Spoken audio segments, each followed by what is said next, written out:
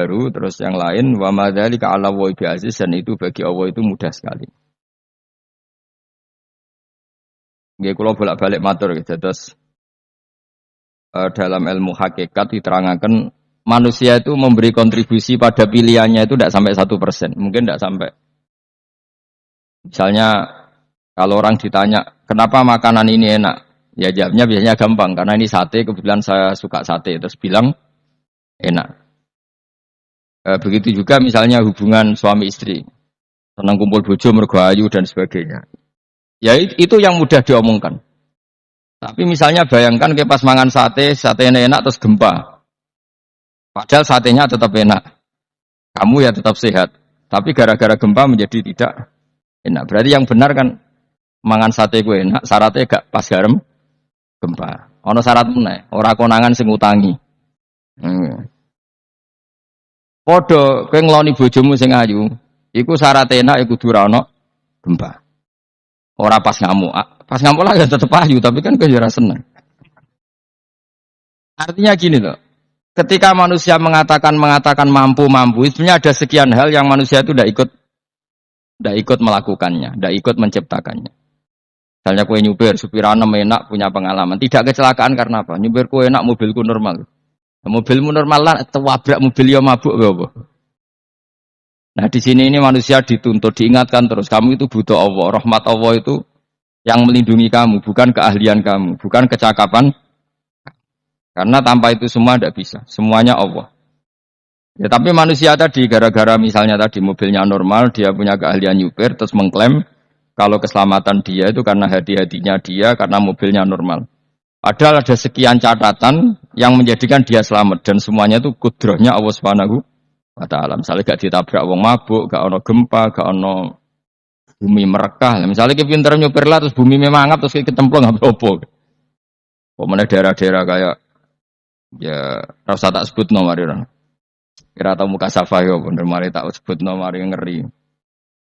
Intinya Indonesia aman, tapi kita tenang aja satunya aman kabeh ono sing aman.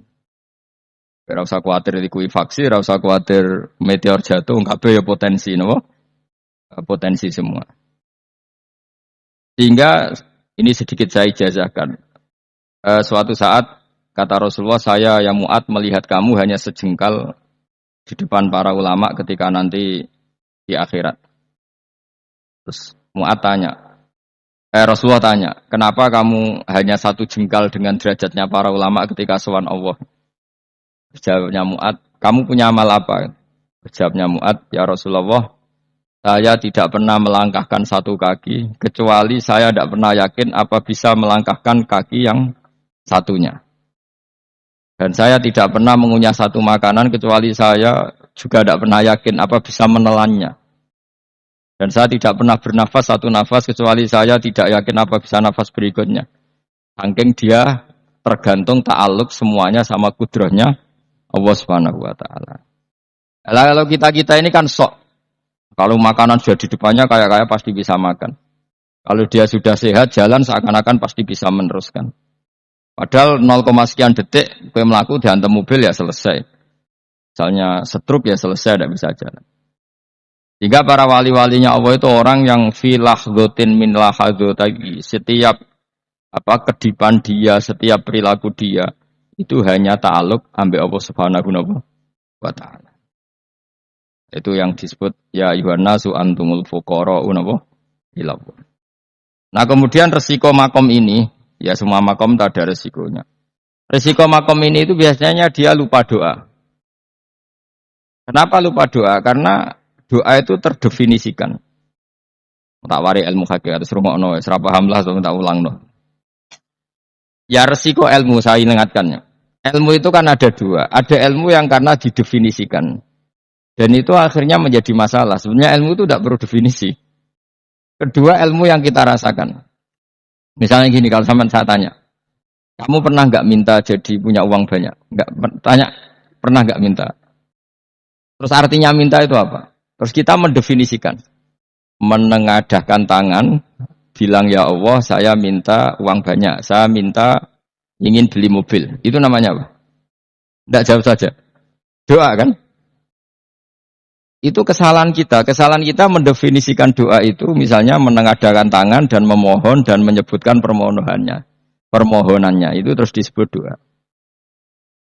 Tapi kalau menurut Allah, sistem tubuh kamu yang menghendaki punya mobil, sistem tubuh kamu yang ingin punya uang banyak, reaksi tubuh kamu yang terhinakan karena ditagih orang atau butuh uang. Ini menurut Allah ya sudah kamu itu peminta-minta. Saya ulang lagi ya. Sehingga menurut Allah kamu minta tidak minta ya tetap berstatus peminta, pengemis. Nah, orang-orang yang sudah wusul, meskipun itu kondisional ya, tidak selalu. Itu ya dia pikirannya mengadahkan tangan apa enggak ya sama saja tubuhnya merasa minta. Sehingga dia tidak perlu mengekspresikan minta. Nah, terus orang yang fikih bilang seperti itu tuh sombong, wong kok gak tahu donga. Sebetulnya keliru vonis orang fikih. Bagaimana mungkin dikatakan sombong? Dia reaksi tubuhnya, elemen tubuhnya sebetulnya meminta. Dia tidak berkategori meminta karena ilmu kadung didefinisikan kalau minta itu yang seperti ini. Itu kan lama. Nanti kalau suatu saat Indonesia yang kuasa itu terlalu NU atau terlalu yang tidak NU, lama-lama ada definisi. Misalnya yang dikatakan tahlilan itu apa? Ya bid'ah, Nabi tidak pernah tahlilan. Sahabat tidak pernah nahlili Nabi, malah nganyak ngaji Nabi jadi tahlili. Manane tahlilan jalukno sepuro mayit, ngaji Nabi jalukno. Sehingga dengan tradisi itu tahlil itu masuk definisi bid'ah. Karena enggak pernah dilakukan sahabat dan para tabi'in. Ya salahnya kamu definisikan. Tapi kalau udah kamu definisikan sing diarani tahlil, ya maca la ilaha illallah. Terus, mungkinkah satu bacaan la ilaha illallah dilarang? Wong ra oleh maca kalimat tauhid. Jadi misalnya tahlil iku ngafadno kalimat tauhid. Oke tok ya ora ngara iso dilarang, tapi nak tahlil iku mitung dinane mayit kaya Buddha, sawangane kriminal. Enak. Ya sudah seperti itu. Makanya banyak orang salah itu karena ilmu kadung didefinisikan. Nah, definisi itu sebenarnya tidak mengikat dalam banyak hal. Ini penting saya utarakan. Ya karena seperti itu. Makanya itu masalah-masalah besar antara kita dan firqah-firqah yang lain. Masalah ahli sunnah, terus masalah yang lain-lain. Memang, ya sudah seperti itu. Ya saya ulang lagi ya. Ketika Nabi Ibrahim mau dibakar Namrud, itu masyhur cerita itu. Dan kemudian jadi namanya Habib Syah itu. Habib Syah itu sebetulnya hanya ngutip Habib Abdul Haddad. Jadi syair itu sebenarnya ada di Diwanul Haddad. Apa? Diwanul Haddad. Diwanul Haddad itu syair-syair Abdul Haddad ketika beliau usul, beliau mukasyafah. Terus bagian dinyanyikan Habib Syah terus jadi populer. Saya ulang lagi ya. Tubuh kita, misalnya kamu lapar, perut kamu kan mereaksi minta makan.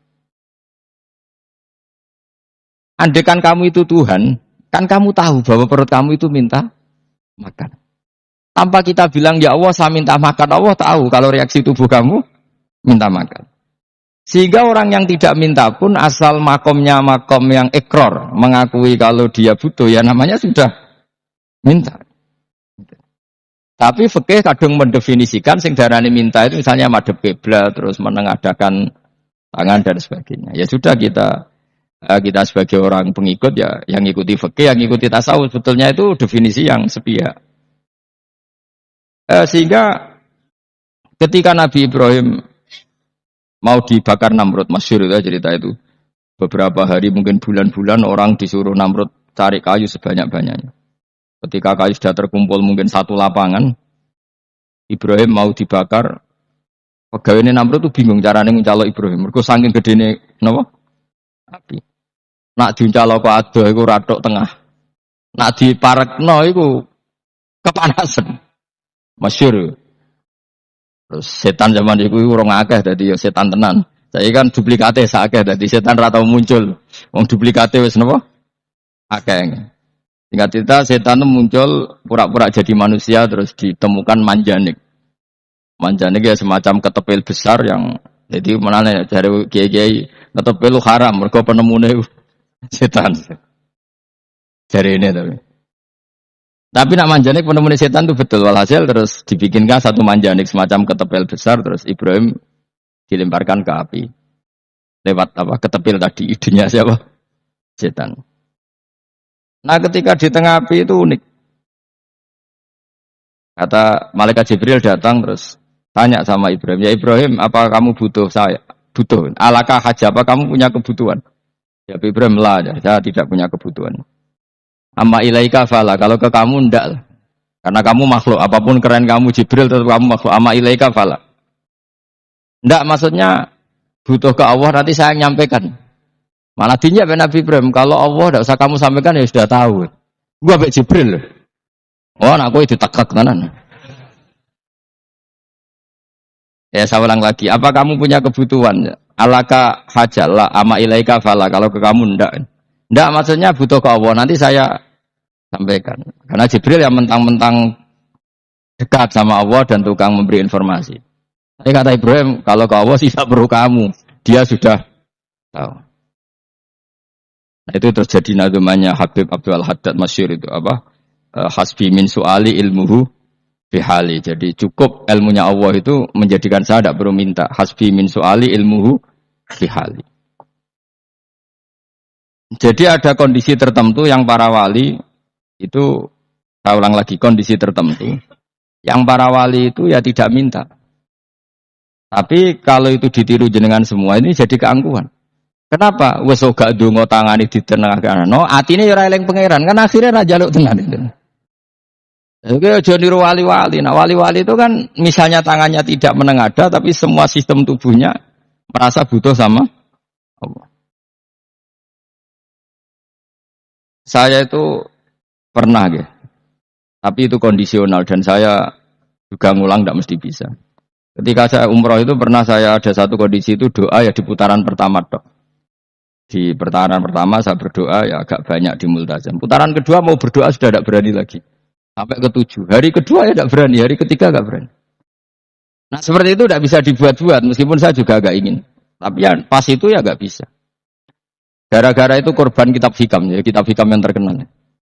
Kitab hikam itu pernah cerita gini. Rubbama dallahum al-adab ala tarkit tolab. Terus di antara makalahnya itu wa inna ma yunabbahu man yajuzu alaihil ighfal. Tapi kamu jangan niru loh, dosa kalau niru. Tapi jangan ingkar ilmu ini, tambah dosa kowe. Jadi niru ya dosa, ingkar ya dosa. Jadi ada seorang wali kata hikam. Kadang-kadang seorang wali itu mau doa diulang itu sungkan. Kenapa? Yang perlu diingatkan tuh yang potensi lupa. Allah kan masih ingat doa kemarin. Loh itu gara-gara saya sebelum umrah itu mensinau kitab hikam itu agar butuh. Ya Allah, sing tak dungani wingi ejek eling kok tak eling no meneh. Jadi wa inna ma yunabbahu man yajuzu al-ighfal, yang bisa diingatkan hanya orang yang potensi lupa. Sementara Allah tidak akan lupa. Tapi kan akhirnya dungane eling. Ya Allah kayak kemarin. Hari ketiga ya Allah kayak. Makanya menurut saya ilmunya orang hakikat itu juga ada sisi kriminalnya karena ya tadi. Tapi kamu ingkar ya keliru. Memang Allah gak mungkin lupa, ngapain kamu ingatkan. Makanya menurut saya Allah itu mandat terbaik, benar-benar Rahman Rahim. Mestinya nak Allah terbaik ku ndonga bedino malah ngamuk. Lah aku lali tapi mbok eling no. Tapi Allah itu ya maklumi ya, dengan kekeliruan. Kita ini kan selalu keliru, donga terus ya keliru sebetulnya. Karena seakan-akan kan mengingatkan seseorang yang mungkin lupa. Wong Allah tidak pernah lupa kok, kamu ingetin terus. Atau kamu menggurui Allah, yaitu ya Allah nang sebadani kalau di diake, padahal nggak mesti maslahat bagi kamu. Diake orang mesti maslahat bagi kamu. Maka ada sekian contoh yang wali itu dibully pangeran. Saya sering cerita, banyak cerita wali itu dibully pangeran, digarap ya pangeran. Ini gara-gara salah dewi. Saya pernah cerita dan itu ada di hikam, betul di kitab hikam itu ada. Ada wali itu tukang hamal itu manol di pasar, itu tukang angkut. Jadi kalau ada orang bawa barang berat diangkut dia, terus misalnya kalau dulu mungkin ya ke kereta atau ke singkat cerita terus diupahi. Lah dapat apa dia pasti pulang karena dia hanya butuh makan satu piring, karena dia tirakat makan satu piring untuk ibadah 24 jam. Singkat cerita dia ngeluh, ya Allah, engkau tahu saya ini pecinta engkau, saya ini hanya butuh makan satu piring untuk kuat sholat. Tapi kenapa harus jadi juru manol? Berilah saya rezeki yang tanpa kerja. Selang sekian hari dia dituduh maling. Terus dipenjara, terus dapat rezeki tanpa kerja. Dia terjawab kenapa jadinya gini? Kan kamu minta rezeki tanpa kerja. Ya itu penjara itu rezeki tanpa kerja kan. Jadi Allah memperlakukan para walinya itu memang unik. Ya kadang dibully. Sehingga dalam cerita-cerita kenabian, kata Qadiyat itu, nggak ada orang yang sering dibully Allah kayak nabinya. Karena nabi itu orang yang dicintai Allah. Jika salah sedikit saja itu, cara pangeran itu, cara kampus itu digarap, pokoknya dipelonco, pokoknya salah sedikit. Misalnya begini, Nabi Yakub itu kan nabi. Dia mungkin nyon sewu gak tersadar nyembelih apa itu anak sapi itu di depan indukannya. Ya beliau mungkin spontan saja, Pak. Kalau kamu yang melakukan pasti tidak ada hukumannya karena Allah tidak pati peduli sama kamu, sudah lah. Artinya gak peduli, salah pantas saya ora jelasin gitu. Tapi ini nabi. Ketika itu terus indukannya sapi tadi, ya Allah, Yakub itu kekasihmu. Saya tidak berani sama dia karena dia kekasihmu. Tapi saya tetap menuntut keadilan. Dia harus merasakan susahnya dipisah dengan anak. Meskipun dia tidak nuntut rasanya roh anak sebelah itu tidak ada se-ekstrim itu. Sapinya itu hanya nuntut, ya Allah, dia harus merasakan sakitnya terpisah dengan anak. Akhirnya Allah menciptakan Yakub mengalami terpisah dengan Nabi siapa? Yusuf. Itu kalau kata Qadiyat, itu kalau yang melakukan tidak Nabi pasti gak dibully Allah, dibiarin. Karena tapi ini yang melakukan Nabi. Sini Nabi Yusuf lagi. Mana rasa daftar wali berat? Nabi Yusuf itu di penjara itu karena terdolimi apa karena memang dia salah? Terdolimi. Dan Nabi Yusuf itu Nabi. Nabi Yusuf itu Nabi. Nabi betul memang benar-benar Nabi. Meskipun ganteng dia Nabi. Syaratnya Nabi ganteng kira-kira mlebu. Nabi itu harus ganteng, enggak boleh. Nabi elek ora oleh. Karena Allah isin di kekasih kok keriting elek. Allah ya di selera tadi ya. Kabeh Nabi mesti yang paling ganteng di kaumnya, yang paling nasab. Enggak boleh Nabi kok pesek, keriting, ndek itu enggak boleh. Tapi kalau sudah jadi orang soleh oleh. Tapi kalau Nabi enggak boleh, enggak boleh. Nabi Yusuf ganteng, masyhur kan cerita Nabi Yusuf dengan siapa? Zulaikha. Dan belum ada orang dalam keadaan darurat masih cerdas kayak perempuan. Jadi singkat cerita, ketika Yusuf diajak Zulaikha selingkuh gak mau kan keluar dari kamar. Dalalah kebetulan wa alfaya sayyidah ladalbab. Itu si Zulaikha tadi spontan langsung bilang, wahai suamiku, apa hukuman orang yang ingin menodai keluargamu?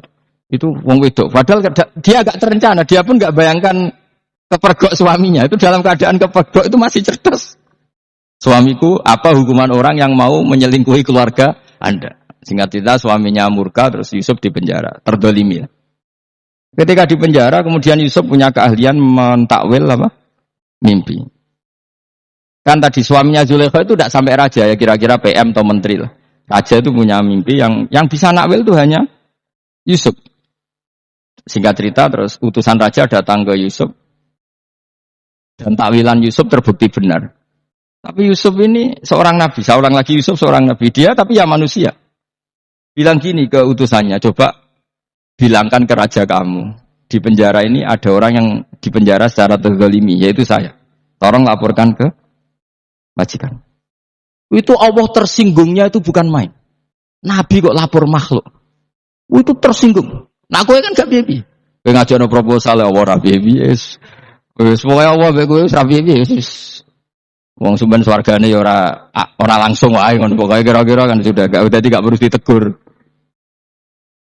Makanya fa'ansahu syaitanu dzikra rabbi falabitha fi sijni bid'asin. Maka Allah mentakdirkan utusan raja tadi itu lupa melaporkan peristiwa Yusuf ke raja tadi. Sehingga raja gak pernah dengar kalau ada orang di penjara karena Allah tersinggung. Wong kowe ku nabi kok lapure ambek penguasa. Ngono tok iku wis Allah tersinggung. Karena dia nabi, gak boleh nabi lapor makhluk. Jadi Allah itu dengan nabi itu sangat-sangat sensitif. Sangat-sangat sensitif. Begitu. Terus cerita yang terkenal, meskipun ini enggak ada di Quran, Nabi Musa. Nabi Musa itu pernah sakit gigi. Karena dia mentang-mentang kalimullah, orang yang sering komunikasi dengan Allah, minta ya Allah, tolong tunjukkan obat gigi saya itu apa. Nanti ini sama Allah dikasih tahu, kamu ngunyah suket ini gitu, rumput ini kamu kunyah nanti pasti sembuh. Karena resepnya dari Allah ya pasti mujarab, kan nggak kok dokter. Singkat cerita dikunyah terus sembuh. Suatu saat dia sakit gigi lagi, nggak konsultasi lagi karena masih punya resep kopian apa? Resep. Dia datang nyari suket yang sama dikunyah tambah sakit. Terus tanya sama ya Allah ini kan resepnya yang sama, kenapa tambah sakit? Kata Allah, kamu itu kekasihku. Roh nak sing ngobati ku aku ra suket sembrono. Semenjak itu Nabi Musa ora pernah tahu resep lagi sudah. Andaikan tuh kamu, pasti Allah juga enggak tersinggung. Makanya kata Qadiyat, kenapa para nabi sering ditegur itu bukan karena Allah murka. Nabi itu beda. Jadi kesalahan kecil atau apa-apa yang menurut kita ada salah itu untuk nabi salah. Makanya di ahli sunnah ada kaidah apa? Mimba bi hasanatil abror sayyi'atul muqarrabin. Pernah dengar kaidah apa? Mimba bi hasanatil abror sayyi'atul muqarrabin. Sesuatu kalau dilakukan umumnya orang itu hasanah atau kebaikan, tapi kalau dilakukan para nabi itu salah. Karena apa ya? Saking dekatnya dengan Allah. Ulang lagi apa? Mimba bi hasanatil abror sayyi'atul muqarrabin. Jadi nabi itu beda. Nah, para nabi itu orang-orang yang mengalami fikir yang doa resmi kayak siapa tadi? Definisi fikih ya sering. Kayak definisi orang tasawuf yang sering. Sehingga ketika Nabi berdoa, ya memang secara disiplin ilmu yang namanya berdoa ya minta Allah dengan mengadakan tangan. Ketika enggak berdoa, karena Nabi sadar Allah tidak perlu diingatkan lagi, pasti masih ingat gitu. Jadi dua-duanya benar terus. Makanya Nabi itu lam yazal fit taraqi, Nabi itu selalu naik derajatnya. Karena pas minta ya benar, pas tidak minta ya. Kalau kamu turun terus. Pas minta itu karena tomak kamu, hadzun nafsi kamu, serakah kamu, tapi enggak tahu diri pantas taura dengan permintaan. Kayak gue misalnya jongo jadi wali, iso Allah tersinggung. Bicara atau tirakat atau jaluk jadi wali. Tapi gak jongo ya Allah tersinggung. Kere ra tau jongo. Jadi orang kalau ndak wali itu sudah keliru terus. Ya muga-muga di sepuro, tapi tak kira iku akeh salah. Ya jajal ke donga wali kok Sabtu Qadir Jilani. Kira-kira Allah tersinggung apa nyembadani? Kira-kira tersinggung. Tak misalnya kira tahu donga kepengen kau Imam Syafi'i, apa yang tersinggung? Bocah ora idola. Lah terus piye Gus? Ora piye-piye kadung salah biasa wae wis. Wis bakat salah no. Bakat salah. Nis dongane sing gampang gak sing mesti bener. Rabbana dzalamna anfusana wa lam taghfir lana wa tarhamna lanakunanna minal khasirin. Saya pernah punya kitab dan kitab itu menurut saya luar biasa. Bahkan ketika adu bully itu, adu cara mahasiswa itu kayak pelonconan itu. Nabi sama Nabi pengiran didu dan itu sekali yang satu salah melakukan disiplin ilmu pengiran itu degradasi dan Allah memang mengancam gitu. Kalau kamu melanggar ini laah biton namin diwani nubuah nanti laam kuan namin diwani nubuah kamu saya hapus dari buku kenabian. Tes-tesannya ya lucu, misalnya begini. Kata Nabi Musa kan ditanya ketika dia khutbah ditanya orang. Siapa orang paling alim ya Nabi Allah? Sekarang orang paling alim itu siapa? Nabi Musa jawab, saya kan. Itu Allah tersinggung karena wong kok mletene ngono. Tapi andai kan Nabi Musa kok jawab Fauzi, itu salah, tambah salah meneh. Atau jawab Ruhin, malah salah meneh. Tapi jawab Musa ya salah. Saya Gusti, saya kan. Orang paling alim siapa? Saya. Terus Allah memperingatkan Musa, ada seseorang yang lebih alim ketimbang kamu. Coba kamu harus ketemu dia. Ketemu singkat cerita ketemu Nabi siapa? Khidir. Terus dalam 3 sesi ini 3 babak ini buli-bulian. Nabi Khidir itu dalam 3 babak ini selalu kelihatan salah.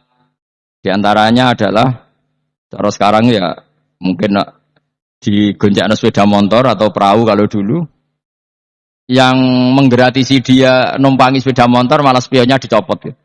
Spionnya dicopot, dirusak. Nabi Musa kan sudah digratisin malah rusak yang motornya yang apa? Menggratisin. Nabi Khidir masih tenang. Kamu tidak paham. Ya, Nabi Khidir mesti stok kamu tidak paham. Itu kata syurrahul hadis termasuk Ibnu Hajar Al Asqalani bilang gini. Setelah itu kedua membunuh anak kecil.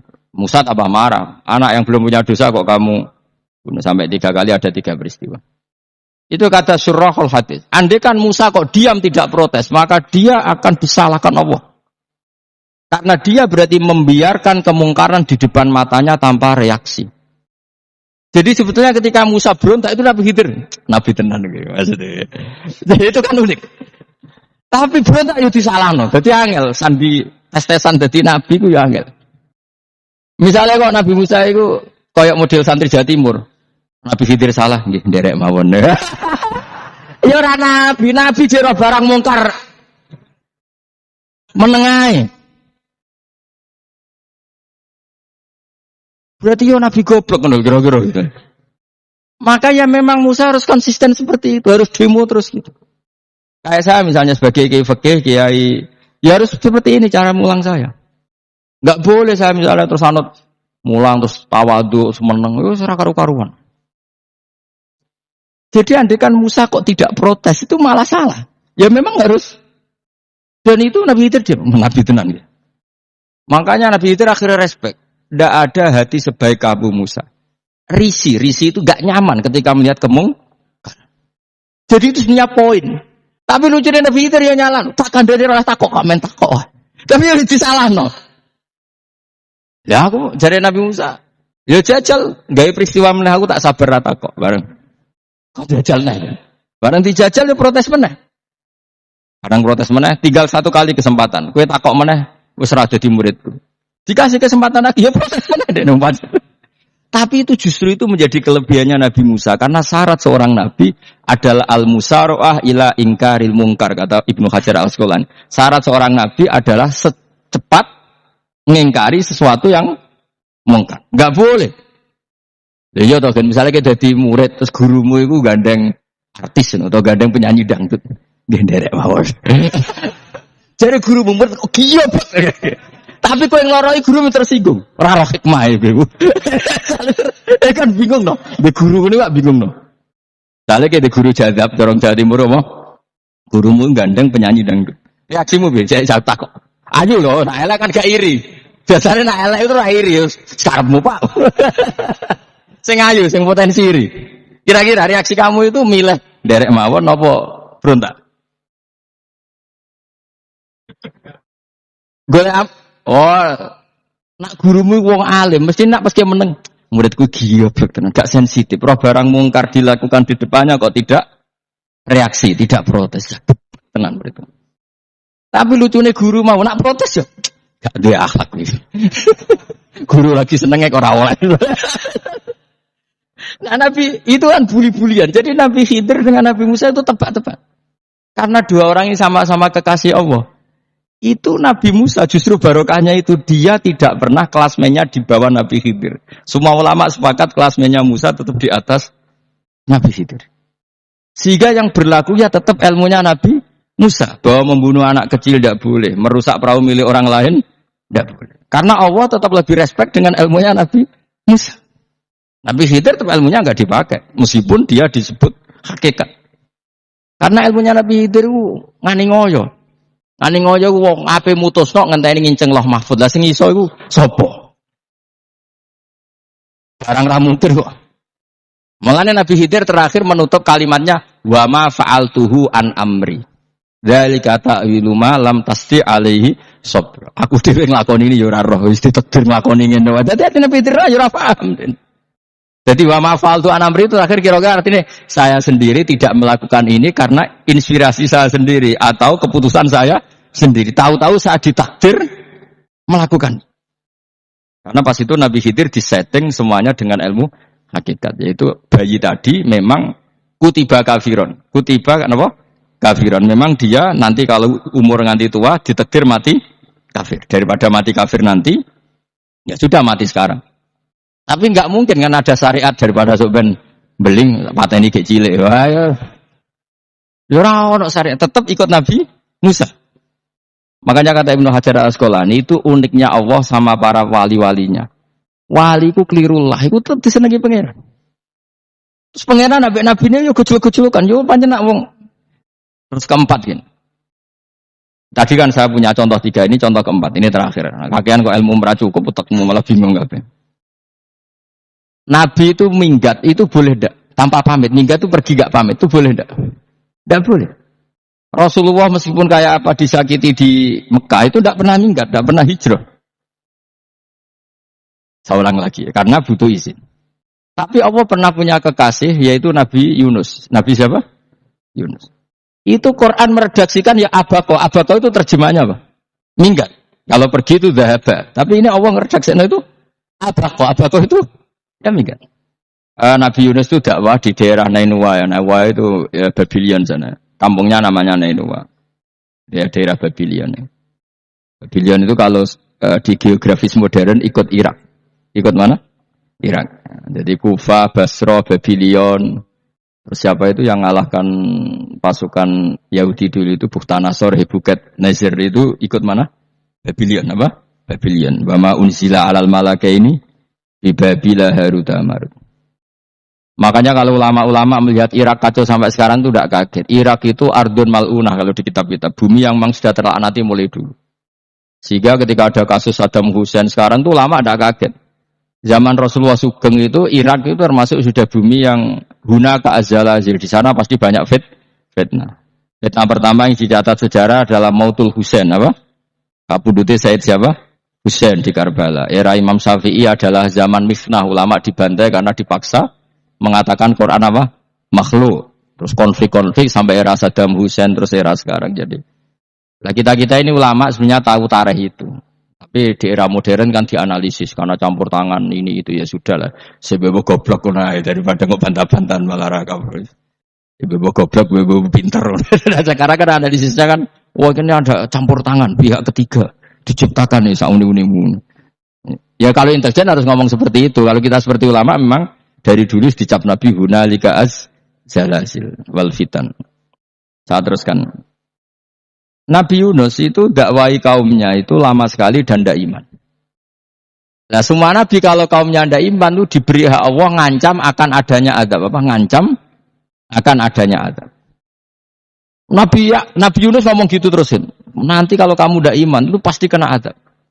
Anggap saja dia ngancam gitu sudah berbulan-bulan. Singkat cerita, azab baru tinggal 3 hari lagi. Ayo nang iman, tinggal 3 hari lagi. Ya kira-kira dia ngomong misalnya Ahad, berarti Ahad, Senin, Selasa, atau kamu milih Selasa ya Rabu, Kamis. Singkat cerita Ahad itu dia gak kuat. Wah semane kurang 3 dino kaumku tetap ora iman. Mangkel asal minggat deh. Minggat ya jadi mau minggat kan gak punya tujuan, so asal pergi jauh saja. Ada perahu, sekenanya dia naik saja. Namanya minggat nih. Kalau bawa bekal terencana, bawa visa paspor kan plesir namanya. Jenenge minggat itu ya gak, ya sekenanya.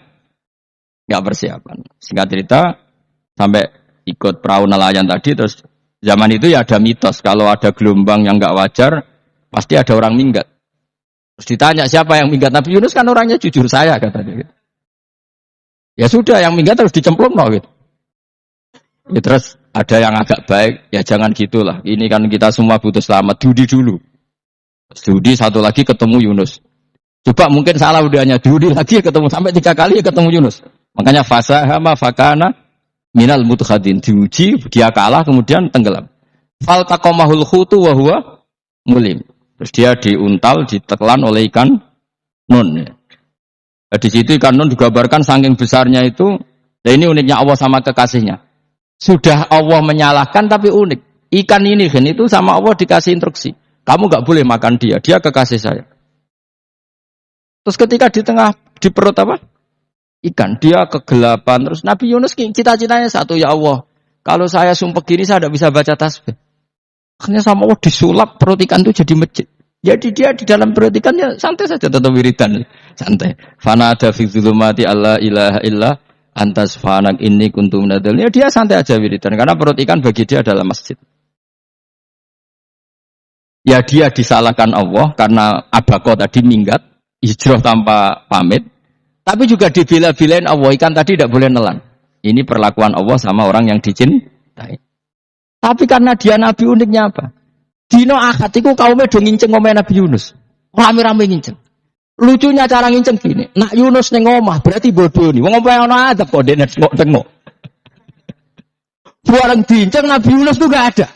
Tenan ono azab, mulane wonge rawani ning omah. Itu unik ya pangeran. Jadi mau dekne ra minggat ya salah. Mau dekne ora minggat berarti kaume jare apa ono azab ono gempa bumi likuifaksi kok dekne ning omah. Lah nek ono tenan ra melayu, nyatane gak melayu. Jadi mbok Allah didesain minggat. Tapi nek minggat jadi salah Nabi je ora pamit. Makanya masyhur saya itu punya kitab karangannya Habib Alim Alamah, mbah-mbahnya Habib Anis, Habib Ali bin Husain yang ngarang apa? Ali bin Muhammad bin Husain ngarang yang Simtud Duror itu. Itu diantara doanya gini. Tapi jangan tiru loh, gue rawali bro. Aku rawani niru. Cuma saya hafal secara ilmu, tapi saya tidak berani niru. Waj'al sayyiati man ahbabta. Ya Allah, jadikan kesalahan saya itu kesalahan orang yang kau cintai. Terus pokoknya salah lah jadi pengiran kadung seneng, salah lah ya capek wae wong seneng.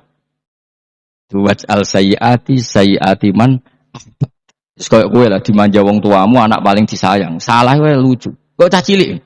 Kowe seneng cah cilik. Salah wae lucu. Mecano gelas ya lucu, tiba ya lucu. Tibane cah tuwek-tuwek. Bocah jelalatan mulane tiba.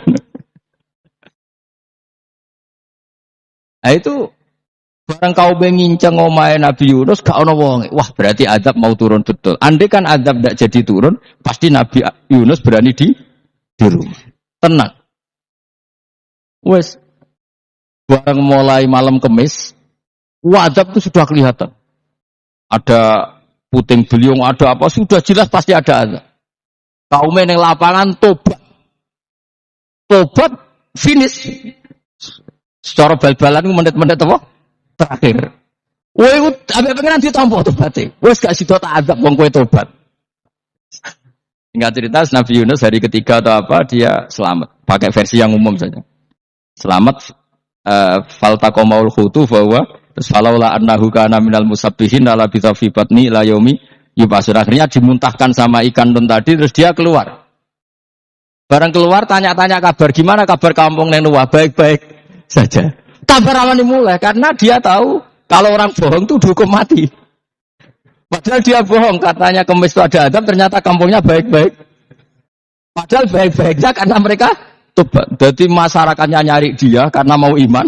Si nabinya agak berani pulang karena nanti dihukum mati. Itu pangeran ambek kekasih itu yo pangeran yo bully itu.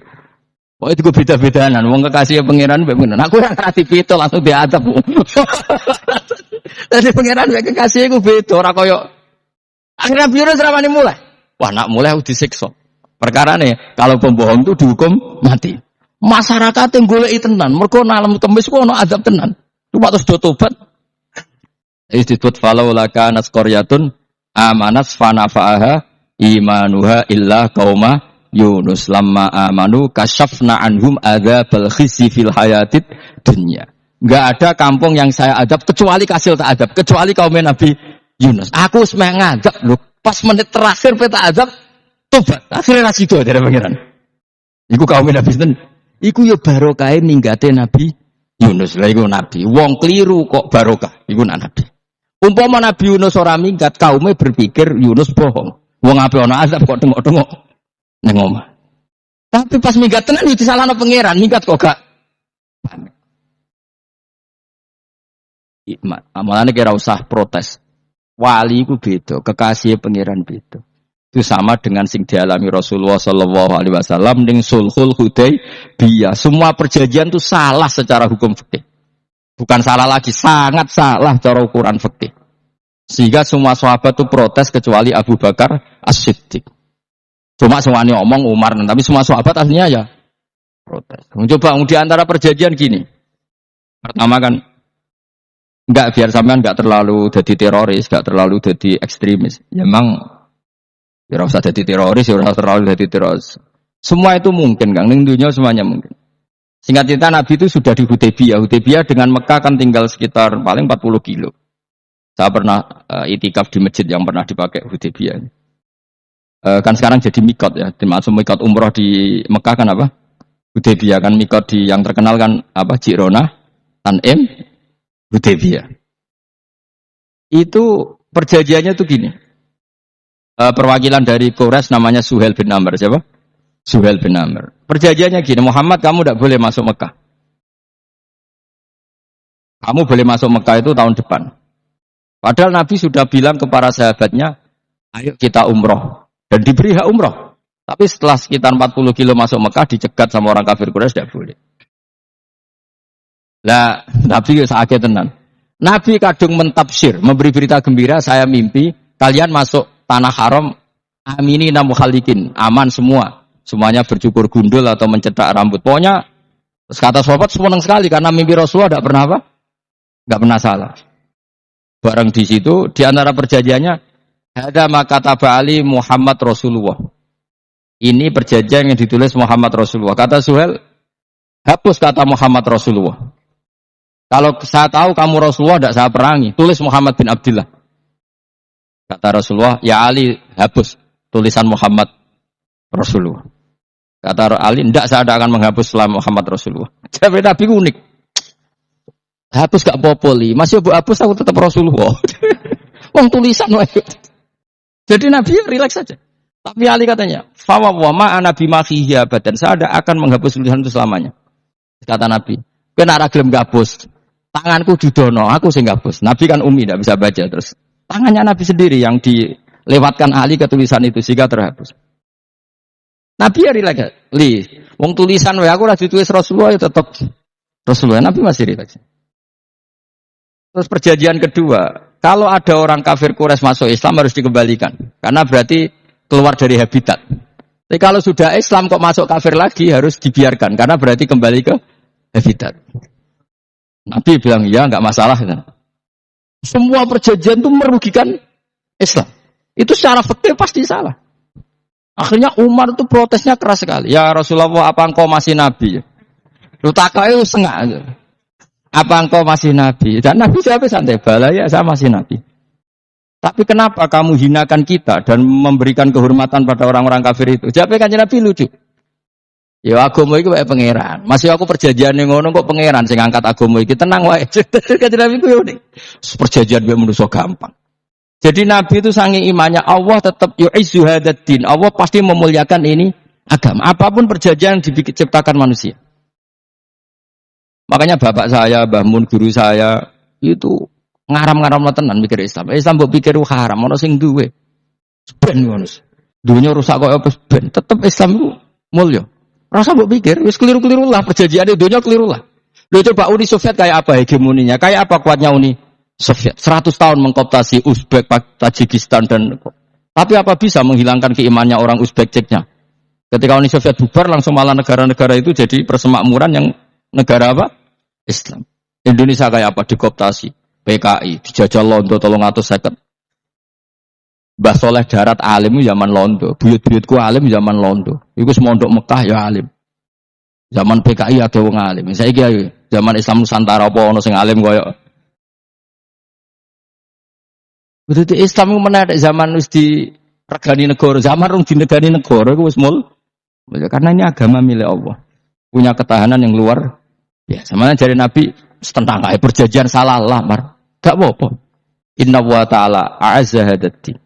Inna wa ta'ala la yudi'u dinahu wa la yudqatus. Pokoknya pengiran bakal ngembar agamanya. Orang masalah perjanjian keliru lah. Perjanjian ketiga gitu. Semuanya merugikan Islam.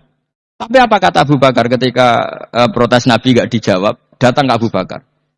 Menurut kamu gimana? Jawabnya Abu Bakar lucu. Makanya ini menunjukkan. Makanya kenapa ahli sunnah berkeyakinan afdhalus sahabat itu siapa? Abu Bakar. Jawab Abu Bakar, wes amar, perjanjiannya keliru lah, wes keliru lah. Kayak gremeng-gremeng santai gremeng. Tapi la tadkhul bainahu wa baina habibi. Kamu jangan masuk wilayah itu hubungannya orang yang terkasih sama kekasihnya. Wes gak masuk akal lah semuni menengah. Ya sehingga ya sudah Allah punya. Ternyata nah perjanjian keempat ini yang agak Nabi hanya minta gini, Dok. Itu saya turuti semua, tapi saya minta satu hal kata Nabi. Bolehkan diskusi tentang Islam terbuka. Makanya diskusi terbuka itu baru kata Nabi, jangan larang orang mendiskusikan Islam. Itu tok mintanya. Oke dari Suhail, diskusi wae pikirannya Suhail kan, diskusi wae. Enggak masuk Islam, diskusi. Jangan larang orang yang membicarakan Islam secara terbuka, ada kata terbukanya. Dari Suhail, oke enggak masalah. Itu tok yang Itu pun nggak jelas menguntungkan Islam apa? Enggak. Akhirnya apa yang terjadi? Darun Nadwa, tempat-tempat pertemuan, cara sakniki gerdu, gedung parlemen, semuanya itu diskusi. Sakjane Muhammad itu sapa? Konsep Islam ku piye? Dan semua yang cerdas dukung. Sakjane yo bener Muhammad ta. Nyembah watu pancen goblok tenan. Oh, pancen yo goblok tenan watu kok di. Terus nak Yahudi ora bener pisan, Nasrani ora bener pangeran otol. Waduh. Suwe-suwe hasil diskusi sepakat. Pancen yo tetep bener Muhammad. Tetep bener Muhammad. Akhirnya hasil diskusi itu akhirnya mereka membatalkan perjanjiannya sendiri. Perkara baru kayak apa? Malah Nabi ketika balik di Madinah, Umar sempat protes ning dalan. Oke ya Rasulullah, saya nerima konsep Anda, tapi saya menyisakan satu pertanyaan. Jadi jenengan niku ana ayat sing nurjukna la tadkhulunal masjidal harama insyaallahu aminina muhallikina ru'usakum. Lah kok nyatane ra sida mlebu Mekah, malah kita terusir kembali lagi ke Madinah. Iku Nabi yang agak lucu ngendikan. Mar, ning ayat iku ora gak ana taune. Apa ana ayat iku taun iki? Sing ngatel taun iki ra kowe. Jadi Nabi iya ora ana taune ya. Ora ana taune kok taun dhewe kan kira-kira. Ayat itu kan gak ana taune, Umar ae sing biar nafsiri tahun ini. Wong awam suatu saat kamu akan masuk Masjidil Haram. Tapi kan gak ada taune ayat itu. Apa di ayat itu ada tahunnya Umar dan Allah bilang tahun ini ya ndak, ya sudah kalau gak ada tahunnya pokoknya mesti kapan-kapan terjadi. Tapi ora saiki. Kayak sugih rugen kan gak ana taune, ora iso. Mau aku do gak ana sugih tapi kan tanpa tahun. Iso suwi. Nah, akhirnya apa yang terjadi? Ada diskusi masif di Mekah. Setiap yang cerdas, setiap Nabi tanya, Abu Sufyan siapa? Nabi mau komentar gini, sama siapa teksnya? Misluhu la yajhalul Islam. Kalau Islam sudah didiskusikan, otak secerdas Ikrimah bin Abi Jahal, secerdas pasti tidak bodoh tentang Islam. Maknanya pasti akal yang waras memilih Islam. Wah, akhirnya Islam jadi masif. Ya sudah, karena Islam sudah masif, tokoh-tokohnya cenderung Islam, akhirnya perjanjian itu dibatalkan sendiri. Akhirnya waro'aitan nasa yadkhuluna fi dinillahi afwaja. Akhirnya mereka berbondong-bondong masuk Islam. Itu artinya apa? Nabi ku gawe perjanjian cara fikih keliru wae, cara fikih cara zahire keliru wae, tetap barokah karena punya hubungan khusus dengan Allah Subhanahu wa taala. Makanya la tadkhul bainahu wa baina habibi. Itu kan kayak ya sudah seperti itu. Jadi pangeran makanya Sayyid Ali itu Sohibu Simtiduran nak dungawi di antara doanya waj'al sayyiati man ahbabta. Jadikan ya Allah kesalahan saya kesalahan orang yang engkau cintai. Karena ulama nyontono ngene, saiki Nabi Adam ambek iblis itu padha salah ya to. Enggak jawab. Padha salah, iblis itu salah bodoni Nabi Adam salah dilarang mangan wit khuldi tetep mangan. Mok trimo rayuane sinten? Iblis. Tapi wong piye-piye pangeran seneng Nabi Adam. Sediluk diusir bar sumajtabahu rabbuhu fataba alaihi wa hada. Bar langsung Adam urung metu kok swarga wis diwarai. Damke kepengin tak sepuro nggih, tak warai dongane. Iblis tak diwarai.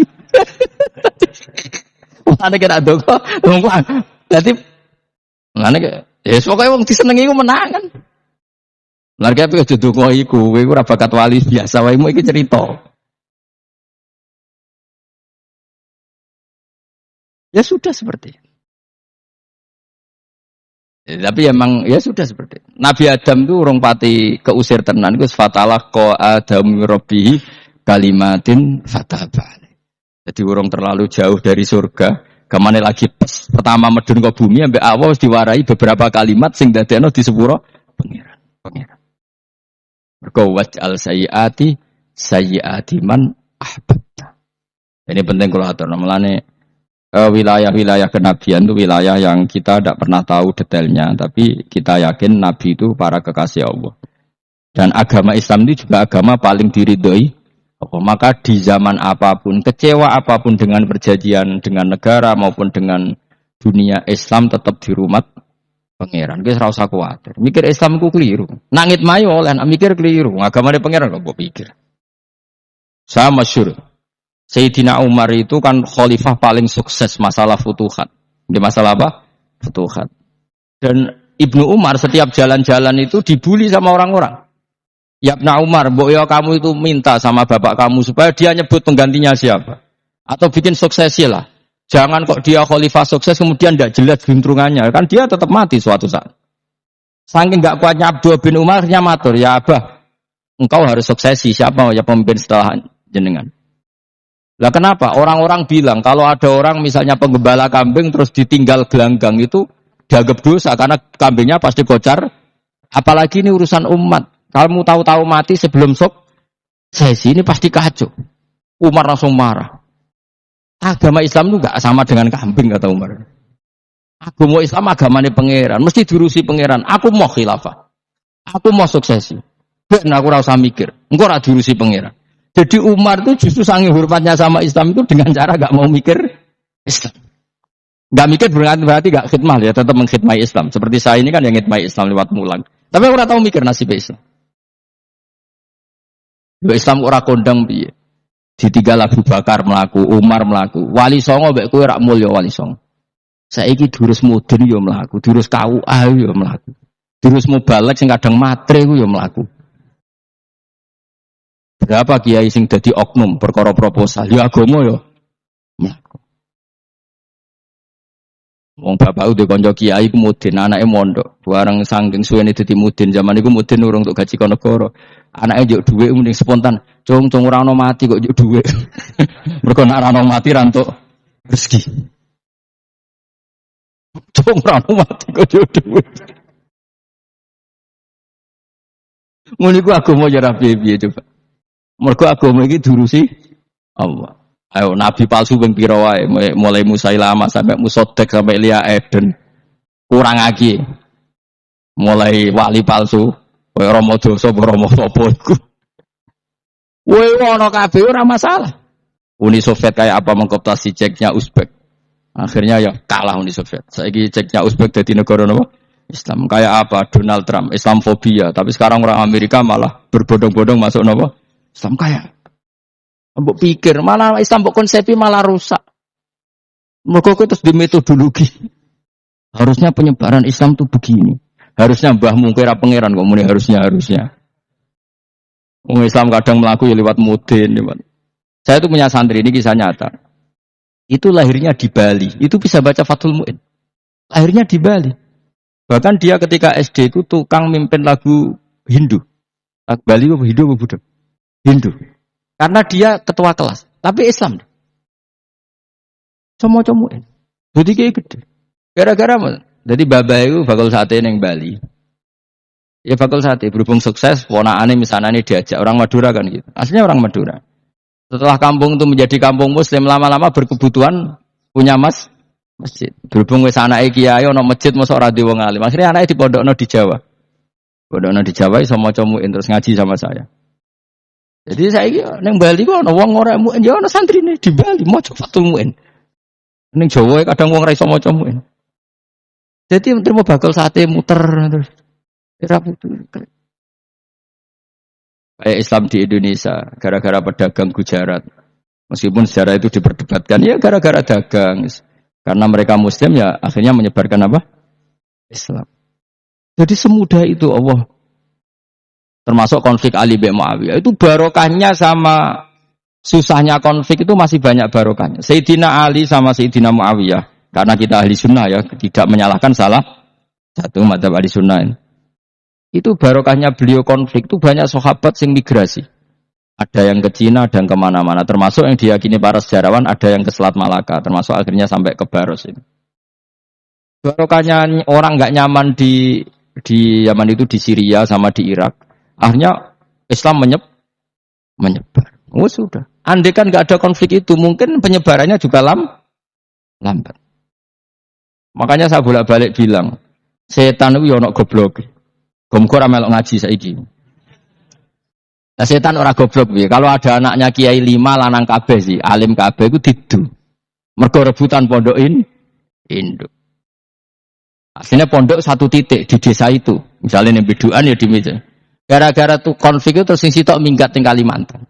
Gara-gara anak kiai yo gawe pondok ning Kalimantan. Sitok minggat ning Sumatera, anak kiai yo gawe pondok ning Sumatera. Cara setane gak ngedu, malah pondok tetap satu titik. Tapi setan iku goblok ora roh, akibat ngene iku ora roh. Akhire dulur didu menyebar. Lah wong saleh menyebar ning ndi menyebarkan sujud, menyebarkan Jadi setan yo ana goblok, muga ora ngaji, muga nak ngaji dene roh, ana ngono ora usah ngono. Andai kan tidak diudik kan satu titik. Nggih betul. Tapi setan niku nak ana wong saleh iku didu. Nak didu ana sing kecewa minggat. Lah mingate wong saleh gak ape gawe apa? Mosok ape gawe dugem. Mulane kula anggere ana wong saleh tukaran Gus iku tukaran gara-gara tukar sak minggat ning Papua ya alhamdulillah kowe bener. Apik. Kula niku ra Gus kancaku ya Gus-Gus sing minggat ke kuat. Angger pamit kula ora tau tak tangisi. Santur nuwun kok minggat ta bener. Mingate Gus ndak ganti piye. Paling yo gawe podok apa gawe apa. Setan nganti saiki belum tahu gitu. Mulane muga-muga ora roh. Jadi artinya nak pangeran ngersakno iku segampang iku. Lah coba di Ponegoro kan konflik sama keluarganya yang dulu ada yang mungkin sebagian pro Belanda. Ning Sulawesi ya tetep gawe napa? Pondok. Engko ning gone wis pokoke angker ning tinti. Wali Songo. Sunan Kalijaga agak pati cocok mbek buyutku, Sunan Kudus. Rapati cocok akhire dakwah ning kidul daerah kene. So akhire ono ya mono dakwah rong khatam terus dadi Islam macam-macam. Serasa diterusno. Tapi ya barokah iku ana Islam tok Tingkir, tok Solo, tok Jogja. Cara rapati tukaran yo Sunan Kalijaga men ngewangi Sunan Kudus, Sunan Bonang ning gone. Berhubung barokah tukaran sithik-sithik ya. Jadi bahasa saya itu buyut-buyut itu Sunan Kudus itu luwih dukung Arya napa? Penangsang. Sing Kalijaga dukung wong kene so. Sutawijaya. Mbok lho pokoke ora usah diterus-terusno. Pokoke saiki wong Jogja diulang Kudus, buyut-buyut kula niku tiyang Kudus. Wis ora usah dijero-jerono. Nek jelas barokah. Mau ora tukaran yo utek-utek ning Pantura. Barokah tukaran yo tok. Ya itu. Tapi ora usah terus nak ngono tukaran barokah ora usah muni ngono. Pokoke apa yang angan sing ngersakno kabeh barokah. Tapi ora usah diciptakan. Ana suami istri pegatan terus. Yo kadang yo barokah sing wedok untuk bojo luwih bener. Akhirnya alhamdulillah saiki bojoku apik. Padahal sing lanang tau GR, nak pegat iso apa? Ora piye-piye malah apik. Iku pangeran. Makanya mikir Islam yo mikir. Sekarang kan ndak orang terlalu semangat Islam terus dia konsep Islam harus menguasai negara, akhirnya memaksakan jadi pemimpin. Itu Islam harus kultural. Akhirnya kejawen Islami. Muat Islam kudu kaya, jebule kedonyan deknane ora. Islam kudu fakir, bebas hisab, kefikiran akhirnya buruh Cina. Justru kakean konsep bisa mari kuwat. Lah ya ana sing, "Wah Islam kudu sugih, nek sugih ben kuat." Jebule bareng sugih kedo, ana sing milih fakir ae ben tambah hisab, kefikiran Islam buruh Cina. Islam harus merebut negara supaya ada konsep khilafah. Pas ngrebute wis ngafir-ngafir wong akeh. Pas prosesnya wis dadekno perkara. Islam harus kultural, jebule main-main gong wae malah sindenan terus. Ra sida dakwah, mergo kakean apa? Kultural ora usah dikonsep, terus ben mlaku. Pangeran dhewe sing ngatur Islam. Kayak apa agama ini pernah ditinggal orang-orang terbaik. Mulai para sahabat tabiin sampai wali songo, nyatanya tetap berjalan. Iku nunjukno agama ini diurusi Allah Subhanahu wa taala. Napa khidmah wae. Kayak saya yang mengkhidmah Islam. Khidmah itu berbakti memberi pelayanan pada Islam. Tapi ra usah ngrasa mimpin apa Islam, apalagi membuat konsep untuk Islam. Justru konsep kita ini nanti yang merusak. Karena tadi ngendikan ulama-ulama wa inna minal ilmi la jahlan. Kadang ilmu itu tetap melahirkan kebodohan. Kenapa? Ketika ulama ditanya innalil ilmi tuhyanan ka tuhyanil mal. Karena ilmu itu punya keangkuhan, kelajutan kayak lajutnya harta. Misalnya gini, saya seorang faqih. Ditanya sesuatu yang tidak mendesak pun saya jawab. Hanya karena mempertahankan kredibilitas saya sebagai seorang faqih. Padahal jawaban saya itu malah bahaya bagi Islam. Misalnya gini, contoh gampang. Ada orang misalnya Ruhin baru tobat, dia sholatnya salah, rukuknya salah. Terus saya ditanya sama Fauzi, Gus sholatnya Ruhin sah apa enggak? Wong dia enggak memenuhi syarat dan rukun. Tentu saya sesuai disiplin fikih saya bilang enggak sah. Karena harus sujudnya ngongkrong atau dia sholatnya Fatihahnya tidak benar. Padahal andaikan saya tidak jawab lebih baik. Karena apa? Bisa saja menurut Allah sholatnya dia enggak sah secara fikih tapi diterima Allah. Karena dari tidak sholat menjadi sholat. Itu kan ibarat begini. Orang makan tela yang agak-agak beracun, tapi tidak racun yang mematikan. Itu baik apa enggak? Ya tidak baik jawabannya. Tapi kalau bandingannya daripada tidak makan sama sekali, tentu baik makan. Nah, kesalahan itu yang makanya kata Imam Ghazali, kesalahan itu yang dialami para fuqaha mu'asirun sekarang. Setiap pertanyaan itu dijawab. Dan ironisnya karena sesuai disiplin. Ya tidak bisa. Makanya saya pernah punya teman divonis dokter 2 bulan lagi mati. Terus teman itu gak doyan mangan. Terus, tapi sarannya dia hidup kalau ada obat dari Jerman katanya. Kalau ada obat dari Jerman dia hidup. Kalau enggak ya mati kan. Tak tilii mati kapan? Kan niku jare kabare 2 bulan meneh. Sesuk wis suban 2 bulan ngono. Lho Gus 2 bulane cepet kok malah sesuk. Kowe iku iman mulai cilik. Memangnya mati iku enggak 2 bulan kasih sesuk wae sesuk iso wae kok. Wong pangeran sing di otoritasnya wae ra jajeni 2 bulan 3 bulan kok dokter jajeni ke percaya. Men aneh-aneh wae. Sik tak takoni Israil lah ngono. Iya Gus, ora mesti bener kok tak imani. Lah iya kowe cek goblok, kowe iku mondok 2 wulan iku ora mesti sesuk ya mungkin. Nah padha-padha mungkin sesuk ya mungkin kok ya mungkin. Padha-padha mungkin kok milih sing 2 wulan, milih sesuk ae. Milih sesuk saiki tak istighfar be aku, tak ngaji dadi keren mati sesuk. Yo Gus, jebule bodoh ne, lha bodoh biasa. Saiki iso urip.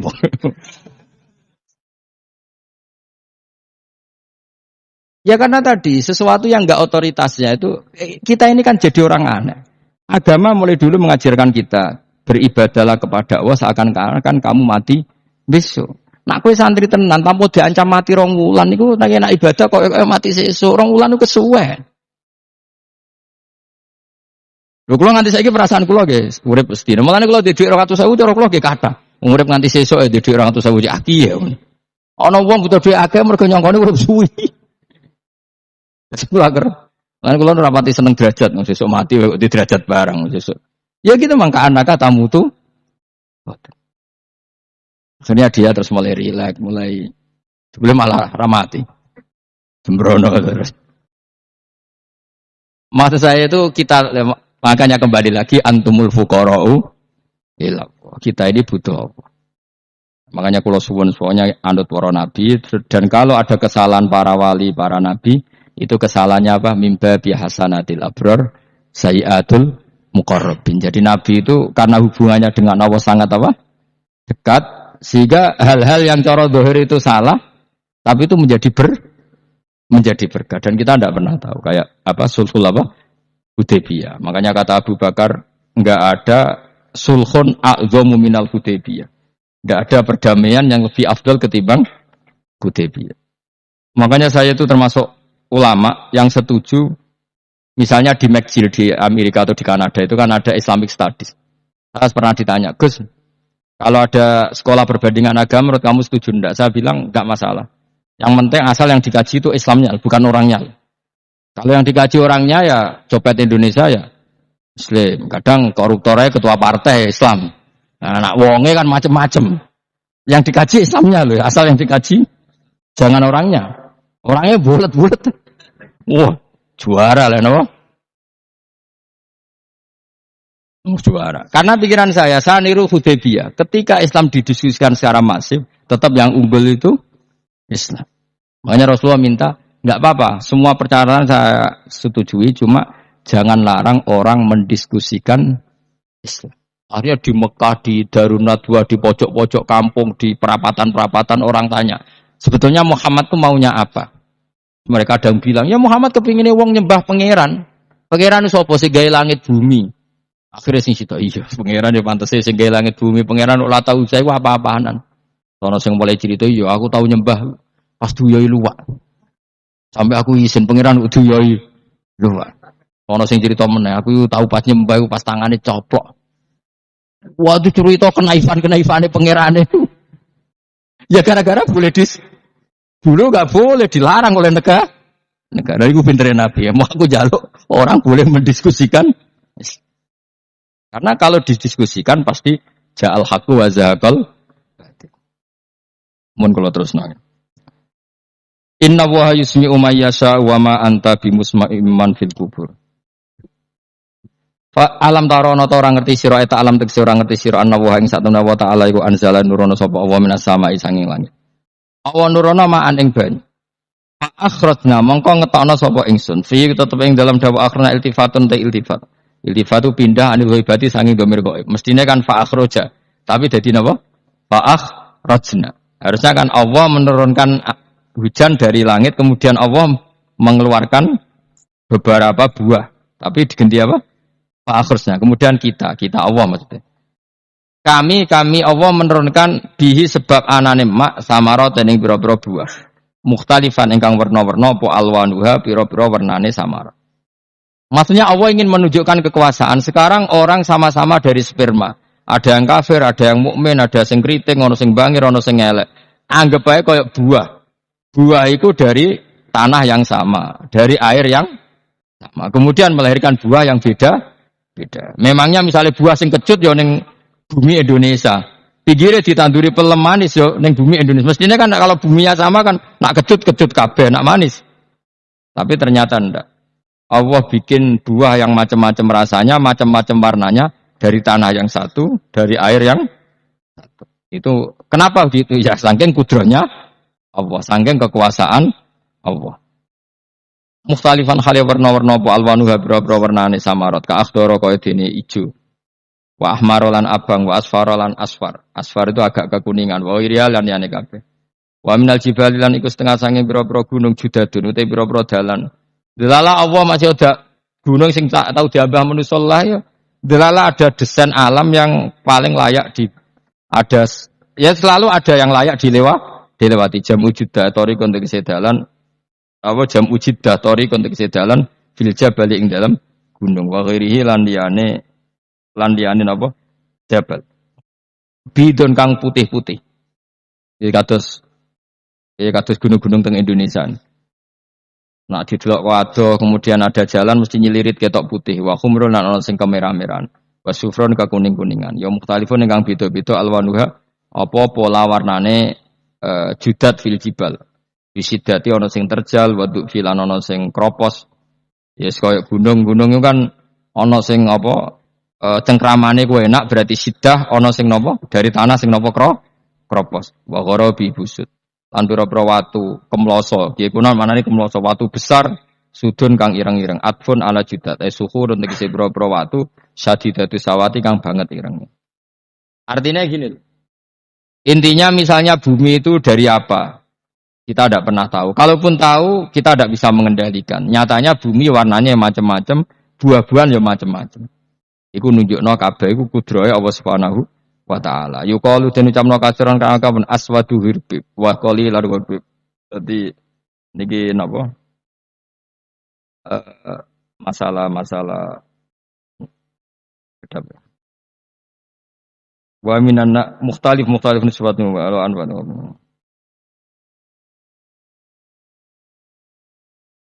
Aswadu tur banget ireng hirbibun wa qalilun hirbib aswad. Niku bahasa mawon guys, pokoke wong Arab niku biasa ireng banget, ireng jelinteng. Lah ngeten. Aswad itu maknane iku wong Jawa, nek muni ireng banget misal ireng jelinteng. Pokoke wis ireng disifati sesuatu yang mempertegas apa? Kehitamannya. Wa minan nasilan setengah sayang manusa wa dawabilan pira-pira napa kewan. Wal anami lan pira-pira raja kaya. Jadi kalau dawab itu mulai melata ya dawab, mulai kodok ya dawab, nanti mulai hewan apa saja itu dawab. Kalau an'am itu lebih yang agak terhormat kayak apa? Kambing, kayak unta, sapi itu masuknya apa? An'am mukhtalifun utai sing beda-beda apa alwanhu pira-pira warnane iki kabeh. Ya kadzalik kaya warnane pira-pira kewan. Pira